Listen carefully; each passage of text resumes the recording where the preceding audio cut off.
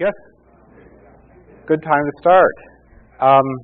My name is Steve Ross, and I'm going to be talking about behavior-driven development with rSpec and Cucumber. And I'm going to be giving you a really high-level overview. It's a lot of topic and not a lot of time. I'm going to run over anyway, and I really apologize to everybody else who's going to be presenting after me. You guys just go on the hook and grab me off the stage when it's my time. But you don't have to take copious notes because I made all this stuff available on the web, which is why the web's so cool. On my blog, there's some older posts I've written about rSpec, and if you read them all, then you'll see how rSpec has evolved, hey, I can say that, over the years, and how my blog posts have evolved to reflect what I thought was cool about rSpec. So this is the question I'd be asking if I were sitting there and you were up here. So who is this guy? Well, I build web apps, and I tend not to build web apps that the part that people see. I tend to build the part that people don't see, the back end, the stuff that if it doesn't work, corrupts your data, and everybody gets all upset later. I have a keen non-designer sense, so my websites almost always look like programmer-designed websites, which is to say that I have to be coached into hiring a designer to make them look beautiful. I use Ruby, rSpec, and Cucumber for my primary language and testing tools, and I do exclusively Rails development, and I like other keen adjunct technologies like Haml and SAS, and I'm reading my slides, which is really unforgivable. But I promise I'm going to run out of slides real soon now, so we'll do demo and I'll type. So I've been doing this Rails thing since 2005.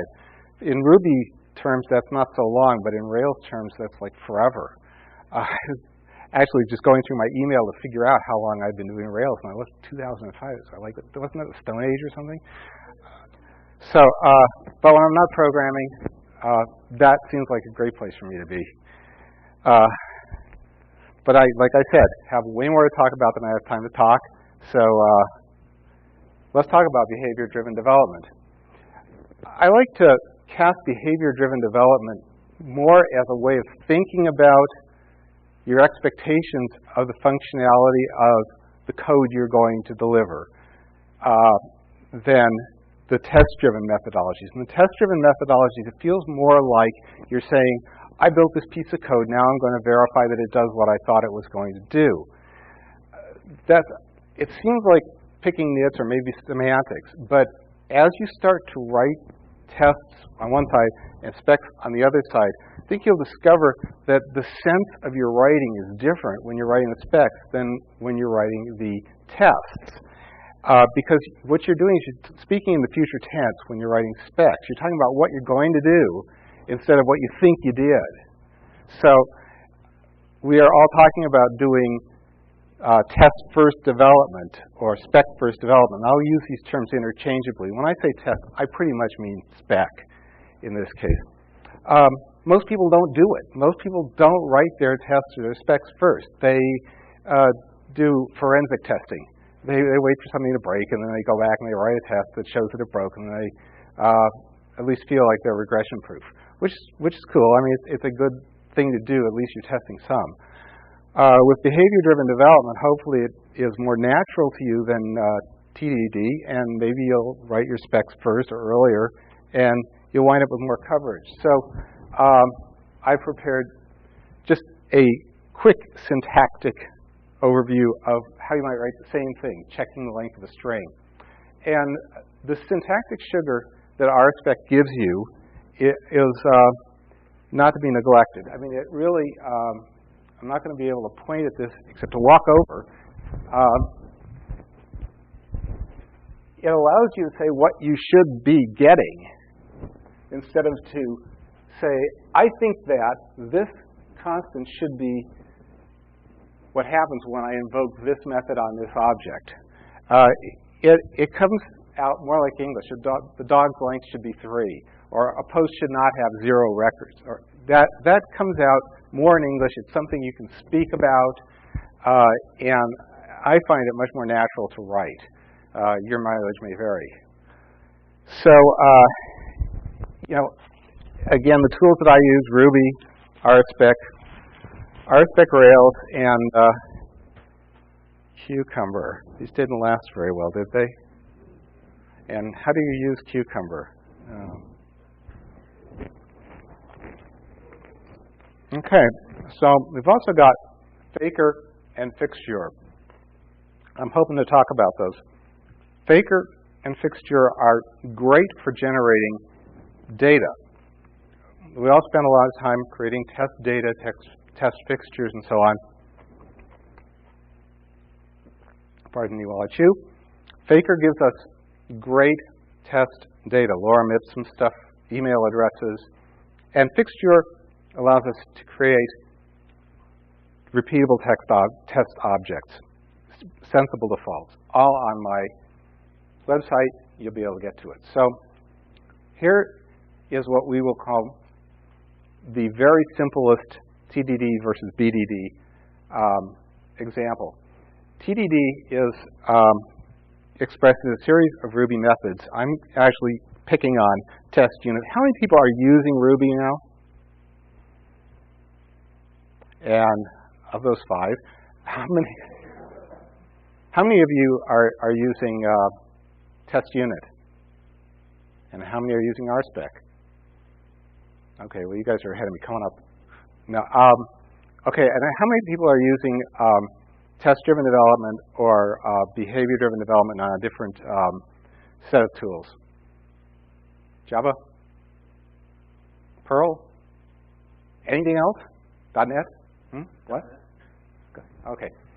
Well, in the Ruby world, which is where I tend to live, as I said, we use a lot of introspection to figure out what things are called. And so when you're going to express a test, you start out with test. And you create a Ruby method, and you form an assertion, and you say, well, that's what I think happened. And it looks pretty cool, but after a while of describing things using rSpec, it doesn't look so cool. It looks noisy, syntactically noisy. It doesn't read smoothly. And my measurement of that is not these 2 examples, but it's to pick up a piece of open source code that has tests and try to understand what that code does. And then to pick up one that has specs and try to understand what that does. It turns out that the ones that have specs are way easier for me to understand, and I can understand them way quicker because specs read more like English, and that's my native tongue. So this is my gratuitous photograph. My wife's a photographer, and she took this photograph, also not of me. And the idea is you have an array of surfers here, and the surfer.first and surfer.last are not happy campers on this day. And in BDD, you are saying what you think should happen. And in TDD, well, judge for yourself. Syntactically noisier, I believe. So the premise, if you're buying it, is that the readability of specs is better than tests. And the writability is more natural. Okay, I'm reading my slides again, but it's what I had to say. It's more likely you're going to write your specs, and if you do write your specs, then it's less likely that you're going to write the wrong code first. I'm going to try to write some code in a minute, and we'll see how much of it I get right and how much of it I get wrong if I write specs first. So my personal work habits are possibly different from other people's work habits. I bounce around between Cucumber and rSpec. So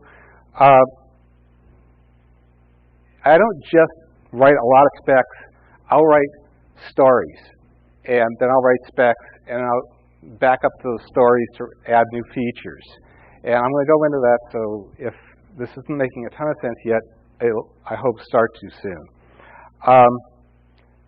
Coverage is probably one of the later things I worry about in my tests, because I don't really start out caring that I've got every line of code covered. What I care about is that the code behaves the way I set out to make it behave. And then I worry later on, if I'm really obsessive, about making sure I've exercised every line of code. So Cucumber, which is my fun tool, it's a relative newcomer in the Ruby world. And what Cucumber allows you to do is to take user stories and create scenarios inside of the user stories, and you write them as plain text, and then you actually implement code behind the plain text stories. You can share the stories with the consumer of your code. That might be a client, it might be a focus group, it could be another software developer who's working on a different part of the project. And you can work on those together, then you can implement the steps and then implement the code that makes the steps pass. So we'll see all of that happen. But you're testing from way, way, way, way outside the system. You're not caring at all about implementation details when you're doing a story. So the result of that is that you really aren't as focused on a given method or a given couple of lines of code as you would be on a unit test. So it's easier to miss edge cases. But on the other hand, you can really, really get a good idea whether your code is fulfilling the objectives you set out to fulfill when you started to write it by creating user stories with Cucumber. And if you don't have a user story that describes your feature, it's probably not marketable and wasn't worth your while to do. That's what they say. And I believe that because I've written a lot of code that nobody ever used. Cucumber is a bit slower than rSpec because it loads complete stacks. It runs the whole program top to bottom. But you know, full stacks like Rails, it's just great because there's subtle interactions when you get the whole stack loaded that you might not catch otherwise. And Cucumber is a kind of an integration test tool. I won't go too much into its evolution. We can talk about that later if we have time. This is what a plain text story looks like in tiny print. The idea is that you start out with a feature. And this feature I chose, unfortunately, is stopping a car. And what I want to talk about first is what the business value is, the role of the consumer of this feature, and what the desired outcome of running this feature is. So clearly in this case, when we were driving this car, what we want to do is we want to be able to stop it, and if we are the driver, we like stopping it to actually make it come to a halt. And if this is a bad taste alert, then please tell me, okay? I have three scenarios here. One is stopping under normal circumstances, and these are the steps for that. And then there are two other not so nice scenarios. But we do like to test both the user error and system malfunction scenarios too. So what I'm going to do is I'm going to stop doing the slides, and I'm going to actually write code instead, which is something I should be a little bit better at. So what we're going to do is we're going to develop from the outside in. You may have heard that term before. Has anybody heard about this outside-in development stuff? 1, 2, good. 3. The idea is that you describe the outside of the system, the way it looks from the outside. No implementation details implied. And then you start to flesh out all of your constraining code, your specs and your stories inward until you have a complete test suite around the code that you write to make those tests pass. So the first thing I'm going to do is some plumbing to set up a Rails project. Then I'm going to write features for Cucumber. I want to code to make some of these features pass. And at certain points, I'm going to drill down and write some specs that are much more focused. And if I were really, if I had nothing else to do and you had nothing else to do and we wanted to stay here all night, we could work on coverage. But we're not going to do that.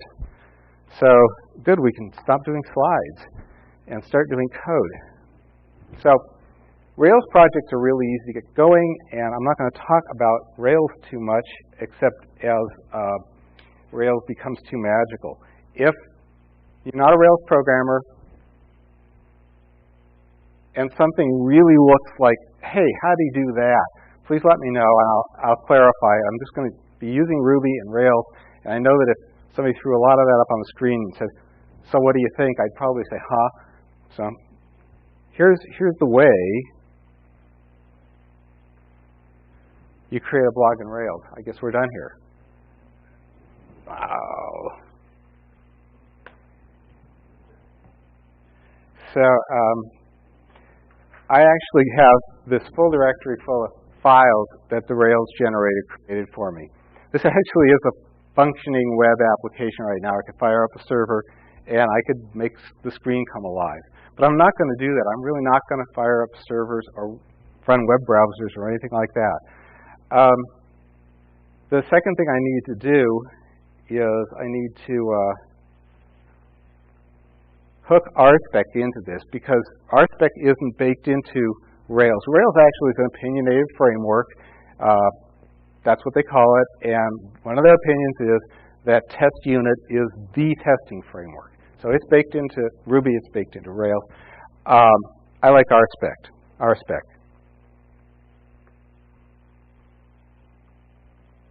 Forgive the screen wrapping, but that was script generate rSpec.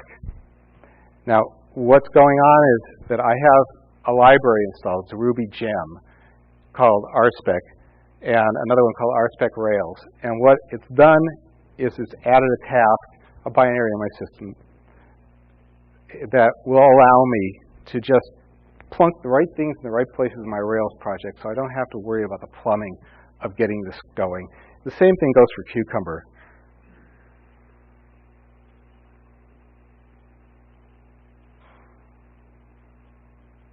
Okay, I've told Cucumber's generator that I want to use WebRat and rSpec. Cucumber is an everything agnostic story runner. So I didn't have to use rSpec. Any step can use any arbitrary code. I'm going to be using rSpec matchers. So I said, hey, know about that. And it does. It doesn't care if you're generating HTML out of your application or if you're pretty soon now using MacRuby.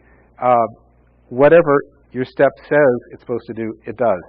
What I told is use WebRat, because WebRat is a good way of driving a web application. So the next thing I'm going to do is something I typically don't do with my web applications, but it'll get us there a lot faster.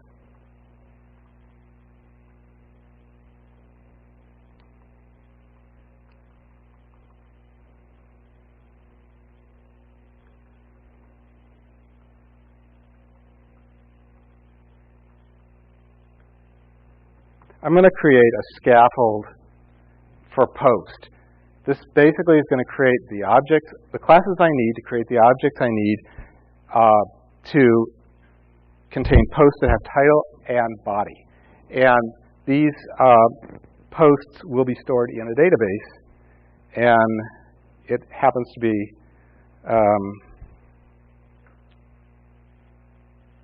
impossible for me to see where my mouse is. Okay, good. So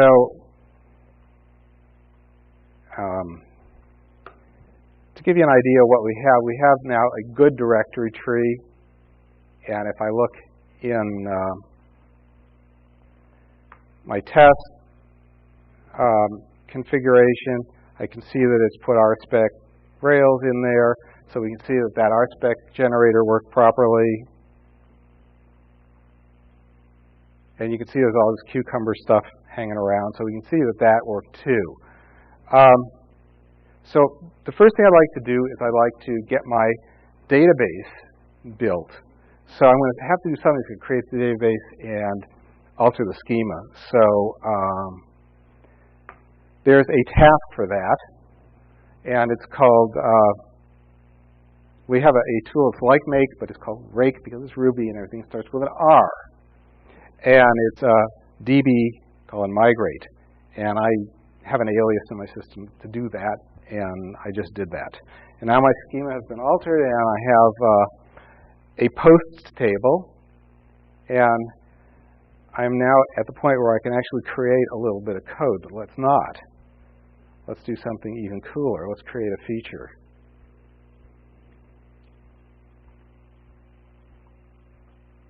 This is a plain text feature, and by convention, features have a .feature extension. They live in the features directory of a Rails project. How you set up your directories if you're doing a non-Rails project is entirely up to you, but this is a sensible organization. I've decided that in order to economize on everybody's time and show off my typography to its best end, I will use text-made snippets, which will get a lot more typed a lot quicker. This is my description of a feature, posts. I mistitled this posts because that's not the feature. The feature is viewing posts. We might have a feature called adding posts, another feature called administering posts, but this feature is viewing posts. And typically, you want to talk about the business value of a feature. I didn't do that here, but one of the things in the in order part of this that you should be examining as you go through your thinking about the feature is, of what value is this to my customer? Why do they want posts? Well, they want posts so that people can read them. Well, why do they want people to read the post? Well, they want people to read the post so they'll like us. Well, why do we want people to like us? Well, we want people to like our company so that, maybe those people will buy stuff from us. Business value. So, at some point in this, you want to express, we want them to view posts so they can learn more about us, so they might buy our products. And you wanted to express the role to whom this feature is interesting. And in this case, viewing posts is very interesting to a user, or you might say to a visitor to my site. And again, we want to express what will happen when this feature gets used. Okay, so the first scenario is just what happens going to the landing page of the site. And I've got a pre-existing state that I need to have happen. 3 blog posts exist. And then I'm going to navigate to the home page, all magically, and the word posts should appear somewhere on that home page. And I should see 3 posts in an HTML table. That seems like a pretty good overall description of the way a scaffolded Rails page would look for a feature called posts. So what happens if I do something reckless like save it and run Cucumber?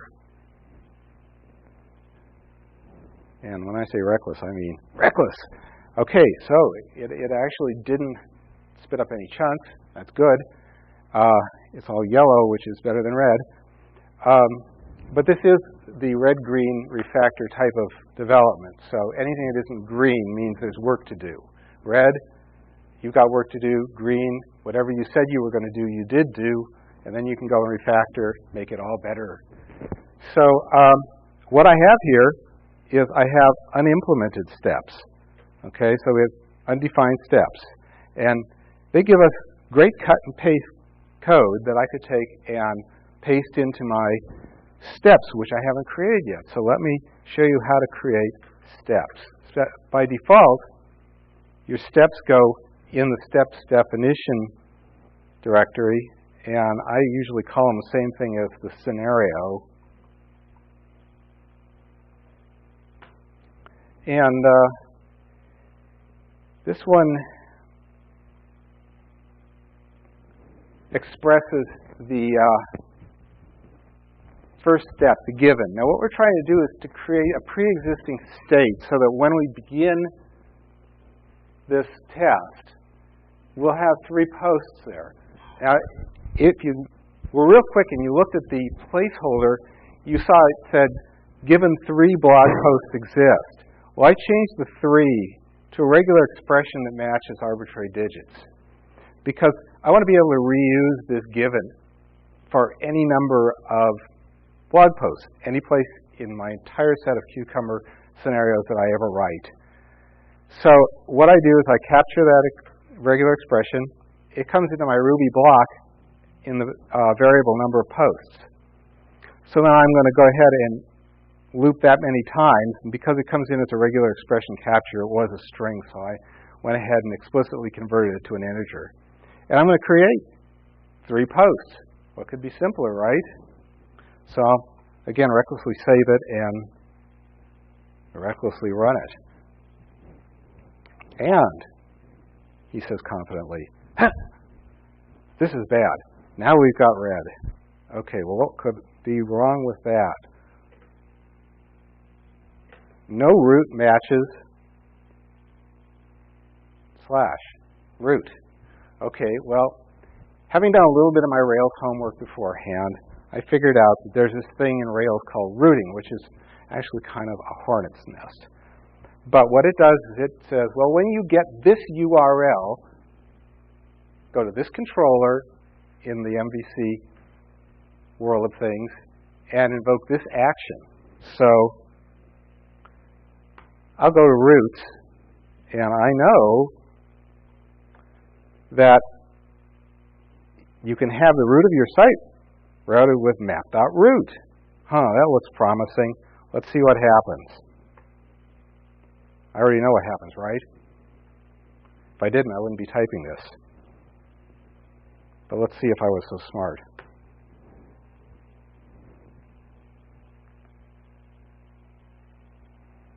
Better. So 3 steps passed, and I have 1 undefined, which was undefined before, that I should see 3 posts in a table. Okay, well that's encouraging. And I actually have not done a whole heck of a lot other than to express my steps and my scenarios. So let's get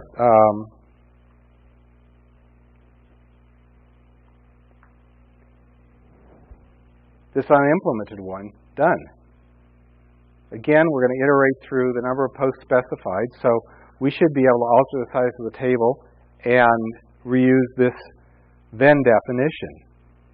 And what I'm doing is I'm saying the response, this is an rSpec matcher, by the way, so this is why I really wanted to have rSpec in the mix. The response should have a tag table. So I'm starting to look forward into the way the system will function.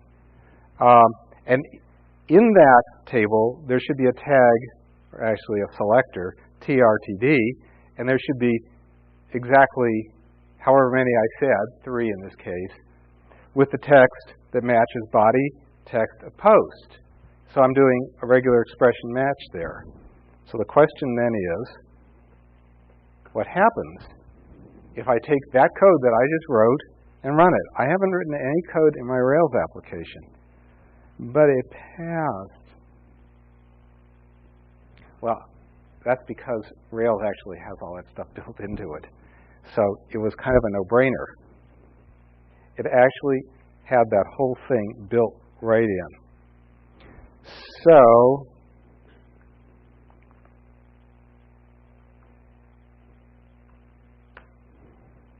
you'll understand why I did that if you write a few Rails programs. I misspoke when I said Rails has that built in. I should say Rails scaffolding has that built in. What Rails scaffolding is the very simplest form-based way of jamming stuff into a database. It's always brutal, it's always ugly, but it's always a quick way to get something on a page so that you can look it over and kick the tires. So, question that I ask myself when I'm writing these things is, how can I be sure that that really worked? How can I be sure that there isn't something wrong with rSpec or with Cucumber? So I could change one of these 3s to a 4, give that a go. Oops.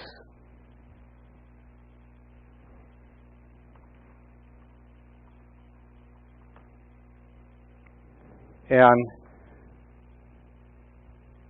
it will tell me that, hey, I expected at least 4 elements matching that, and it found 3, which is, to me, a very descriptive way of leading me to the cause of the problem. And that's another thing that I've discovered about rSpec and the rSpec matchers. And I'm not saying Cucumber because this one is straight from the rSpec matchers, is that the error messages are just great. So if I back up and make this 3 again, we don't want to move on until we got green, right? And so we shall in mere moments, okay? So that one thing that I find is very useful, just for my own peace of mind, is to get it to go green and then break it to make sure that I actually was testing what I thought I was testing. And that's what I just did. There's a lot more background information about this stuff on the website. Just stuff that I was thinking as I was putting this together, and so you can read that if any of this stuff is not coming together for you. But one of the things about Cucumber and this kind of testing that I'd like to say, and I've said it before, is that this does not run your tests in isolation. They're run all in a hodgepodge of other stuff. All the frameworks are loaded. All the database stuff is happening. Everything's going wild on your computer. But it is a complete full-stack test of that feature. So when you do unit testing, you want exactly the opposite kind of effect. You want to run isolated tests on a very small amount of functionality. So let's add another feature. Why don't we just add comments, because comments are always good on blogs.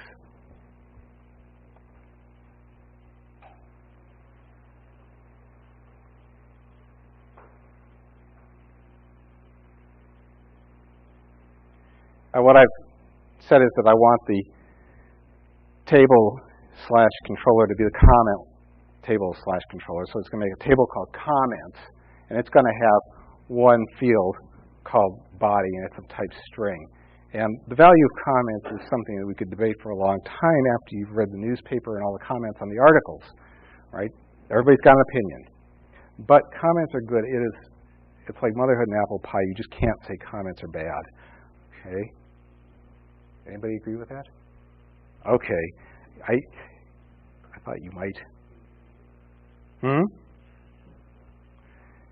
So I have a database migration that I created. It can't be that simple, right? Because posts are related to comments. A post has many comments. So I'm going to have to create a foreign key.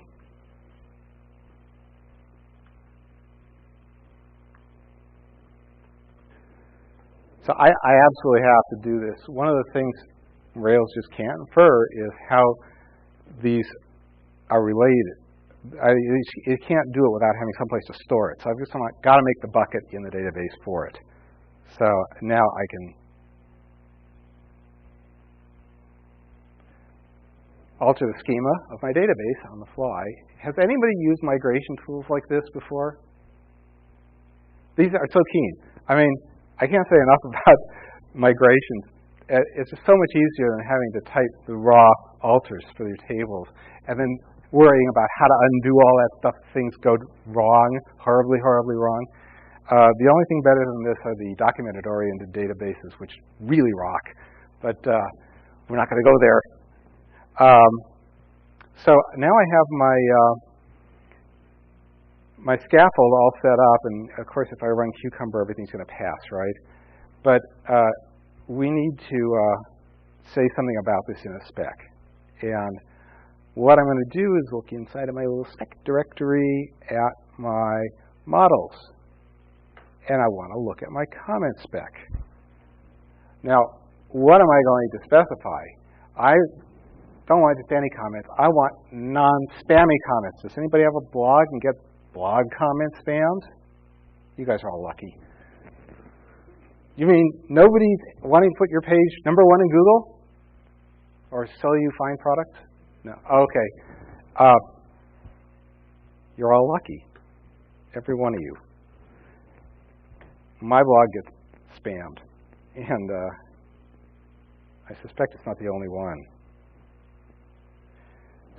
So let's start out by have I lost my train of thought? Yes, I have. We have to start out by specifying that posts allow associated comments. Okay?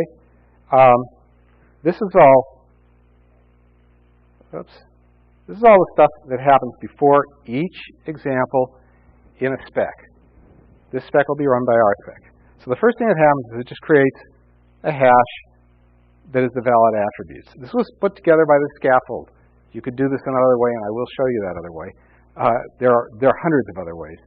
This is just kind of a sanity check. Can it create this with the valid attributes given? So if you should change your validations in your model, but not change your valid attributes hash, it'll give you a nice error message telling you that you goofed here.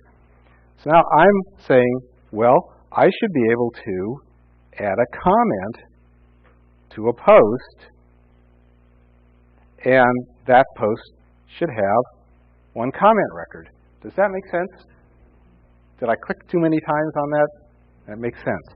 Okay, so what happens if I run this? It says undefined method comments for post. A mysterious method comments. What could that be asking me to do? Well, what it is actually asking me to do is it's asking me to tell my models in Rails how they're associated with one another. So, post has many comments. Simple, right? This is the way Rails wants to learn about the association between objects. And comment belongs to one post, singular. So that's how you specify a many-to-one relationship in Rails. It seems magical. It does to me. It always has and continues to seem magical to me that it could be that easy to do. And you define a one-to-many relationship and everything is happy. So now I can run my examples again. And look, it's green. You don't have to look that closely. I can make it look a little... Yeah, can't do that. I lost the window. Trust me, it's green. It should create a new instance given valid attributes, yes. It should allow associated comments, and it now does. Okay, so now that we know we can do that, we can actually associate comments, then what we want to find out is how do we know that that really worked? This is the thing about breaking your specs to make sure they really worked. So I'm going to comment out where I added that, run the thing again, and I get the helpful handy error message, which says, if you can't see it, expected one record got 0. Ooh, I'm not getting anywhere near the admiration for the rSpec error messages I expected. They worked really hard on this. You know, I was on their mailing list way early on, and they spent a lot of time discussing the philosophical attributes of a given phraseology of errors, or of how to put the syntactic sugar around the matchers so that they were easier to write and seem more English-like. There were long and very genial discussions, not just flame wars and stuff, where people actually came to a great consensus about how this tool should look. And it's just, to me, a great example of how open source can work well, where everybody is participating and chipping in with good and valuable opinions. And I would encourage you, if you're interested in rSpec at all, join the Google group, because there's some really smart people on that Google group, and also on the Qs group. And they're just the kind of people I think are just good thinkers. They're precise thinkers. And I always enjoy reading what they have to write. Maybe you have better things to do with your time.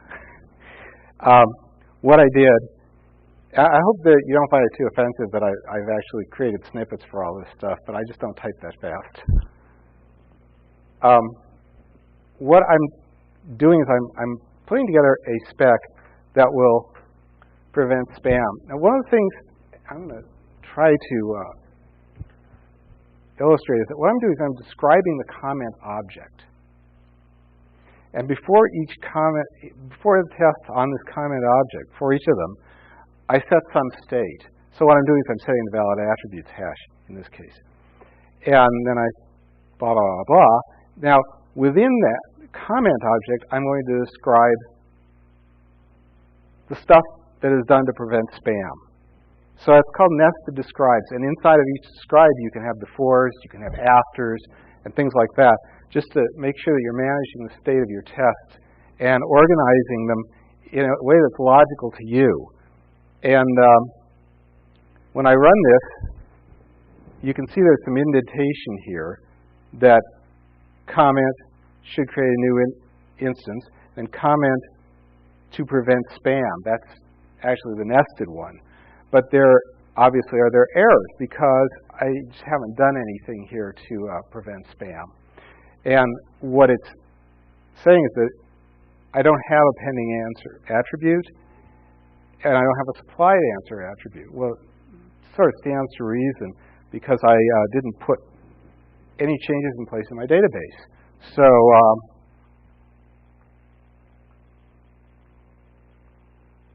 this is my migration. Add questions to comments. So I'm going to generate a migration. So there is our migration. It's empty, but we'll fill it up.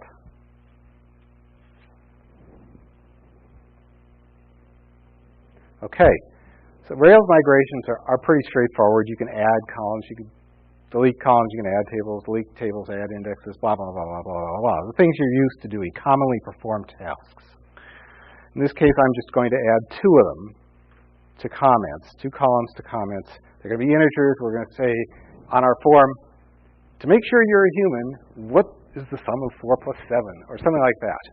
We're going to randomly generate these numbers. They're going to hopefully do the math. And if they do the math, we'll assume they're human. And if they don't, then we're going to assume that they're a robot, and we're going to reject their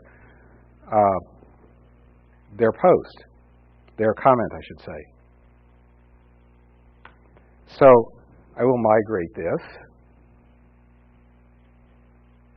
And I should point out you can run rSpec right from the command line, and it's the same thing. I've been running it from inside of TextMate because TextMate does everything, doesn't it? But running it from the command line is real fast too. I mean, it took us less than half a second, and it's shown me that I've got 3 pending specs. Pending specs are great. You can write specs that say what you're going to do, and then go in and implement them because they're on your to-do list, because you left that breadcrumb for yourself to do that stuff. So we've got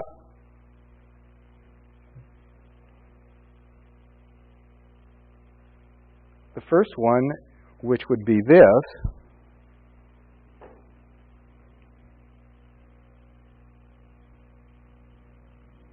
It's okay if there's no pending answer.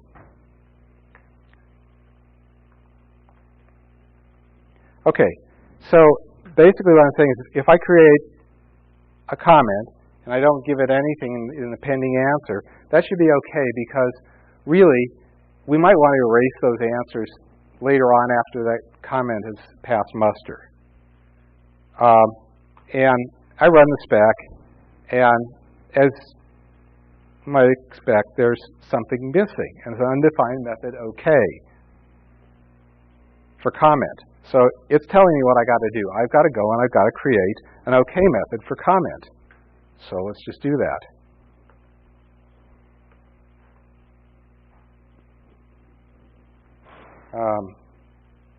What is an OK comment?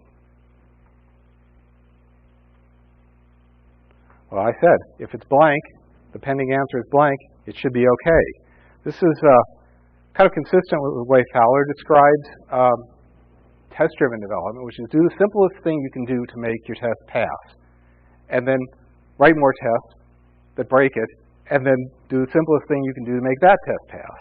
So I just did the simplest thing I could do. Did I make the test pass? Well, I did, yes. And I've still got two to-do items. So my next to-do item is to make sure that it's okay if pending and the supplied answers match. That is, if they answer the question correctly. So what I've done here, I'll format this a little differently, just so that it's maybe a little more visible. Okay, what I've done is I've said, okay, create me this object with a pending answer of 7 and a supplied answer of 7. That is, it was waiting for 7, the user typed in 7, and it should be okay. Well, it expected okay to return true, but got false. And that's because I did the simplest thing possible. But let's do something a little less simple. We'll say if it's blank, or if pending answer equals supplied answer, then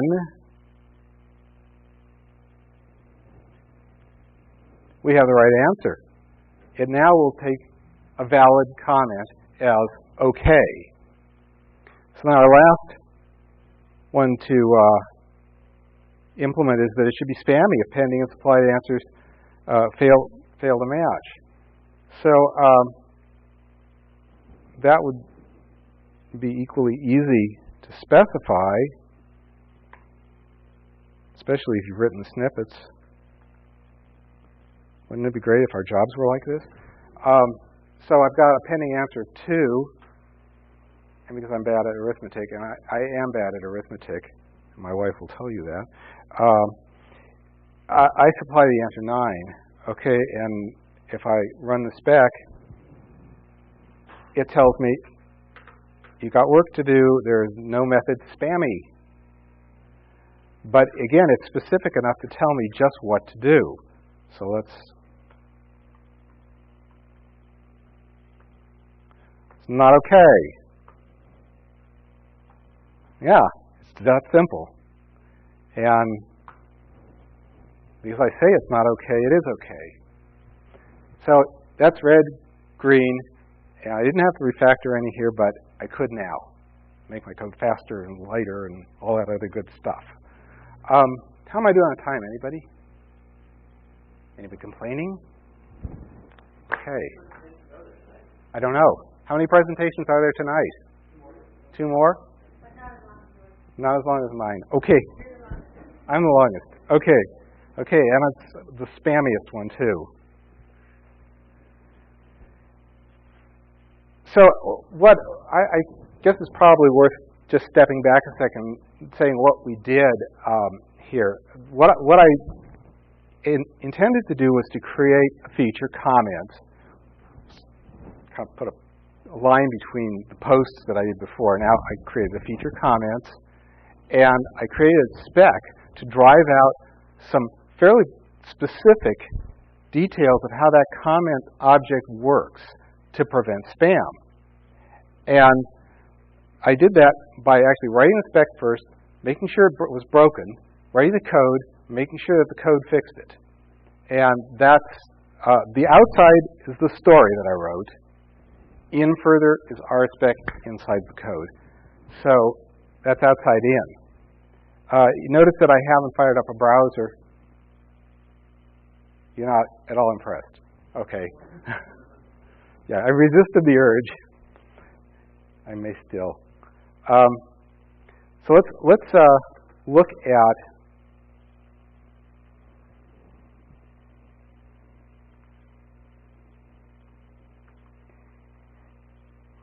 oops, that would be a period. Okay, so let's look at something about what comments might look like as a feature.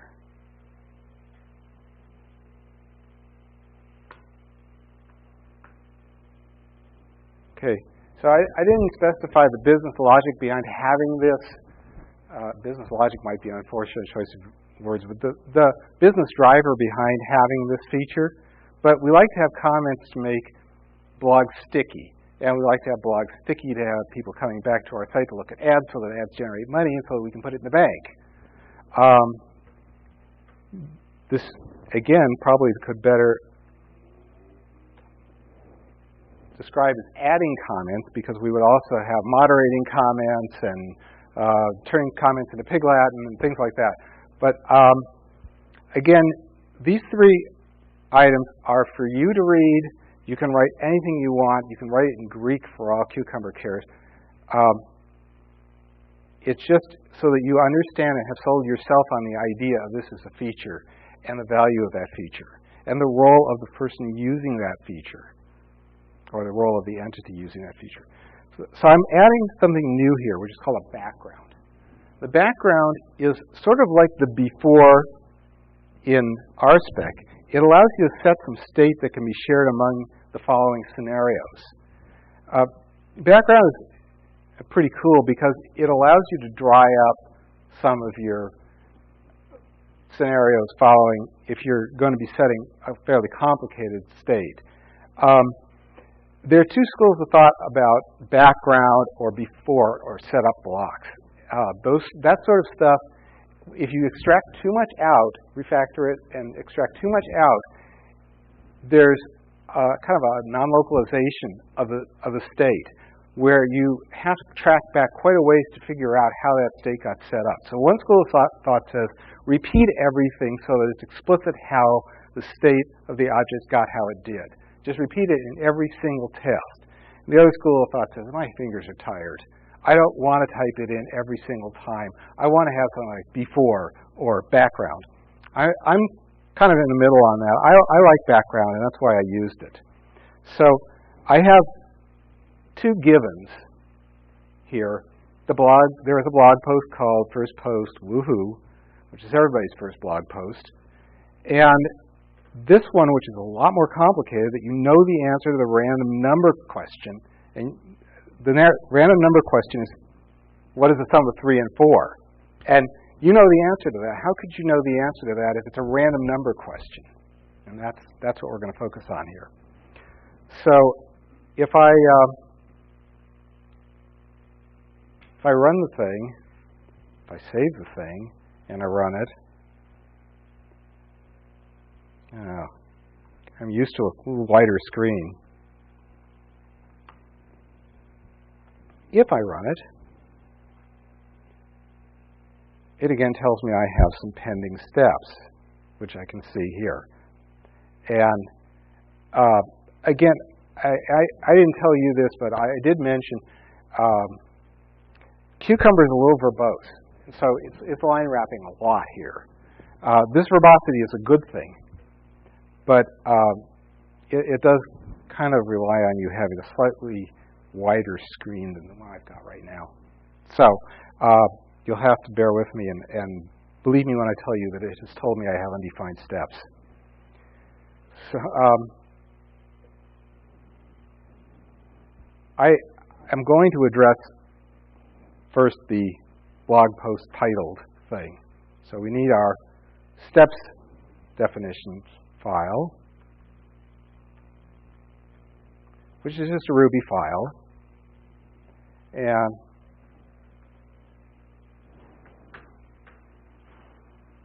what I'm doing is, you should be getting used to these regular expression captures. If there's a blog post entitled anything in the world, I'll capture it and send it into my step as post title. And here in my step, I'm setting an instance variable. And you have to kind of take it on its face that this is somewhere inside of an object. And its instance variable will persist throughout the lifetime of that object. It's a little bit tough because this is not a formal-looking object, a formal-looking class definition, but this is how it works. So I'm going to create a post with this title and with any kind of body text at all. The second one, a little more problematic. Okay, what we're going to do is we're going to use what's called a stub. Has anybody used stubs or mocks before? Okay, well this is kind of an interesting topic, because what it goes to is, how do you predict what the random number generator is going to return? How do you predict what the result of reading the system clock will be? How do you predict what the result of a network request will be in order to test it in a robust way? How can you do that? And, well, the answer is you can't reliably do that. What you have to do is you have to fake it. You have to intercept that method call, rand, on the object kernel, and you have to return the first number as an integer, and the second call to rand, you want to return the second number as an integer. So what happens now is the random number generator just got cut out of the party. We're going to send the results we want to send so we can verify that had the random number generator been standing in there for real, it would have worked right. But will it work right? Well, not entirely, because I need to do one more thing. I need to tell Cucumber that I want to use stubs. This is my favorite thing to mistype, is require statements. What require does in Ruby is pretty much what you would expect. It just adds code in from somewhere in the system library, in this case in gems, Ruby gems, which are libraries of sort. So one of the things that's great about rSpec and about Cucumber is that you can just recklessly, not knowing exactly where you are in your process, just run it and see where you are. And, well, we've got a problem. Let's see. I go to the home page, see, it looks like it got there, and I follow show. That means I clicked on the link show, and it did that. And I follow comment. Could not find link with text or title or ID comment. Now, it's hard to get more specific than that. That's a real good action item. My HTML form just doesn't have a link on it. So I'll go find my HTML form.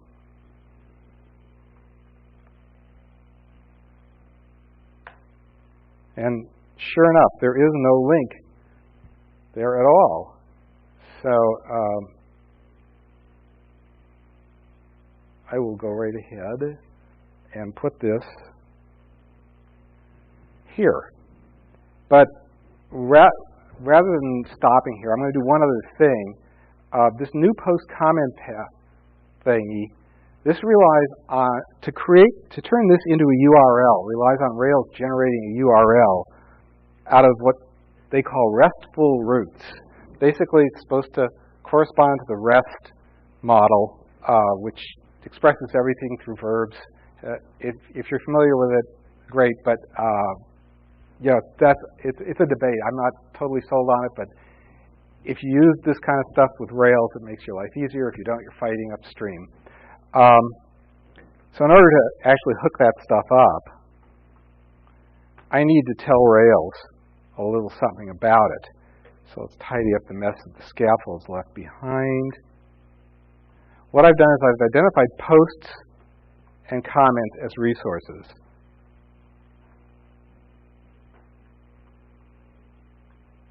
Now I'm just telling it, from a routing perspective, the has many,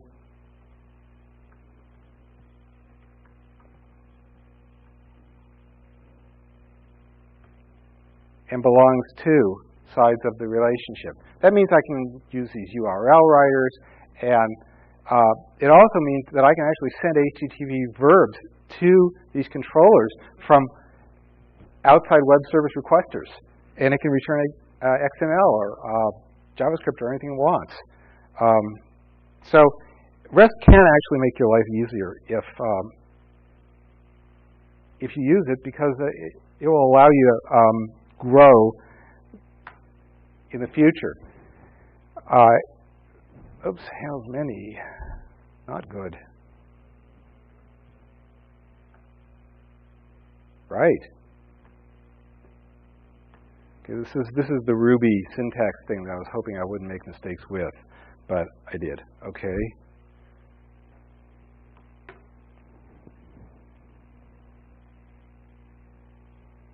So now we've got it to go to, then I see a new comment. So it's actually followed that link, comment, to show a new comment. But that's really not the end of the story. The end of the story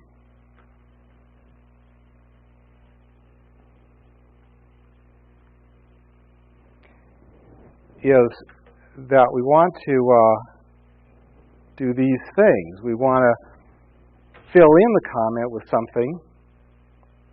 We want to actually answer the question. And this is what's going to trigger those stubs. We want to press the create button and have it go ahead and stick it in the database.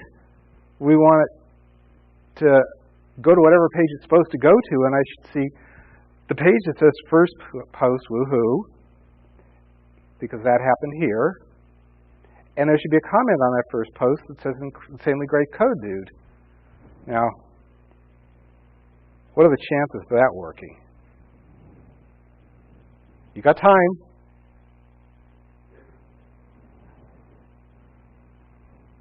Yeah, well, it didn't do anything. We didn't implement the steps.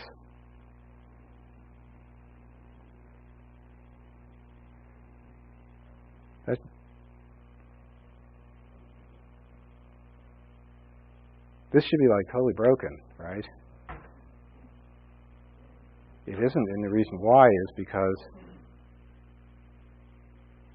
these actually implement those good things.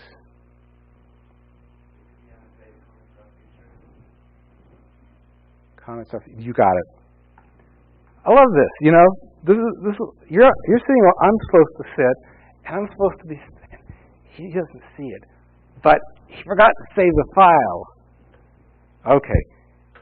So had I been smarter, Cucumber would have told me what the matter was.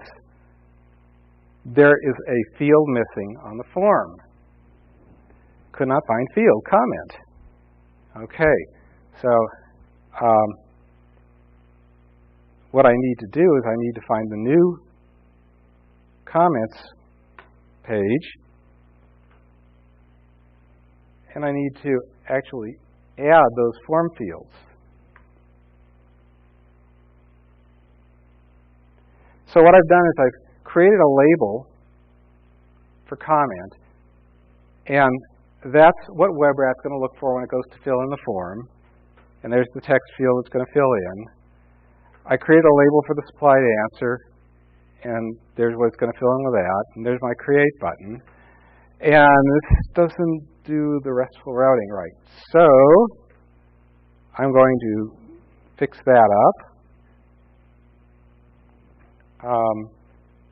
What we really want to do is when I click back, we don't want to go back to the comments, list of comments. We want to go back to the originating post. Does that make sense? I know, without seeing it in the browser, it's kind of hard to think about the flow of the whole thing. But the idea is you started out on a post, it took you to a form to put in a comment, you typed in the comment, and you came back to the post, and it shows the comment. So I need to express that in a way that is going to make it all come true. So if I use this posts path, what's going to happen is that Rails is going to get the information it needs to take us there. And I also need, since I am associating these comments with posts, I am saying that backwards deliberately, I need to actually use the post that is associated with this comment as part of the action. And this URL thingy is going to go right into the action of the form, the action attribute of the form.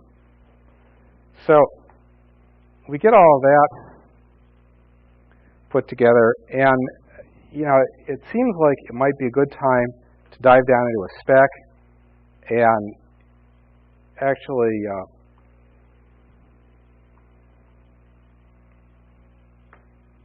look at how you might spec that new. The way the Scaffold did it was they stubbed the new method, and they returned something that they knew they could depend on, a mock object. A fake object is an object that responds to various methods in a predictable way. But these comments are standalone comments. They're not associated with posts, and that won't do for us. So we need to do this ever so slightly differently. That's my question. We're out? Bummer. Okay. Well, I'll tell you what, let me tell you what I would have told you if I could have told you. I would have gone through the remainder of the spec in the scenario, and it would have worked. And this is all available for you on my website. Now, the other thing that I think is probably equally important is I would have talked about fixture replacement. Fixture replacement is a way of writing slightly more robust test case data suppliers. Basically, they flex a little more with the changing schema. In Agile development, you tend to change the schema more often than you expect to. And if you're using standard fixtures, every time you change the schema, you have to change all the fixtures that relate to that, the things that got changed. Okay, and using mocks and stubs is better, but it can be really tedious. Using fixture replacement, you get something that actually is somewhere in between. It sort of flexes with the objects themselves. So it works really good with Rails. And I think I just invite you to read through all this stuff. If you want to find me on Twitter, I'm CWD1. And I hope that you've enjoyed or learned something from this. And if you have, throw cucumbers. And if you haven't, dead silence. Thank you very much.